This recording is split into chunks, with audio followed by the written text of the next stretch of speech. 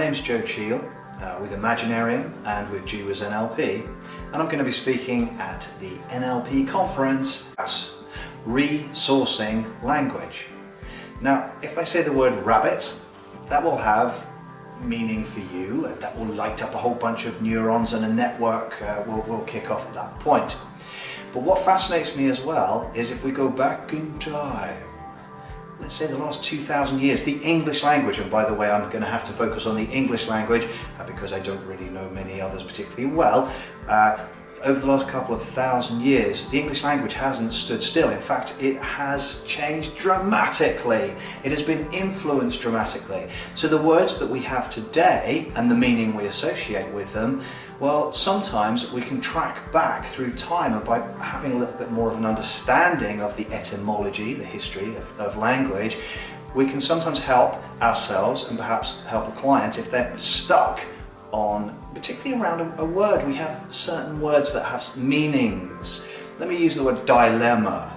So we think, oh, dilemma, this is not good. I have a dilemma, oh no, unless it's a positive dilemma, but most people don't kind of go to a NLP practitioner, etc., if they have a positive dilemma. So that we've got a dilemma. But did you know that dilemma is just two lemmas? Lemma is still a word that exists. It doesn't get used today, but it still exists. I think it's in the dictionary. A lemma is just a proposition or a position on something. So even that in and of itself, if I'm working with a client and they say they have a dilemma, I may, in the early phases, actually just point out, so you have two lemmas. This is good. Tell me about your lemmas. Now, the word lemma, I just think is intrinsically silly and has humour to it. So that immediately kind of breaks the dilemma into there's two lemmas and then tell me about it. That's an example. The word monster. Think about that one. We've kind of created now, we have horror movies with monsters in, but monster, if you just track back in time, is very much linked to the word demonstrate. It's to show, to see something. So, you know, it's a pretty neutral starting point, but over time it's developed into something scary.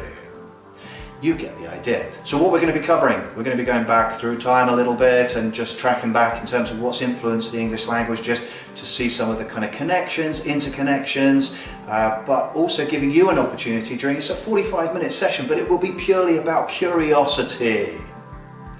So you will have an opportunity to track back and have a look at some words and you know, see where they come from.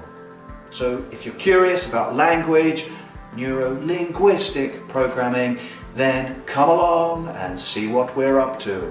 Bye for now.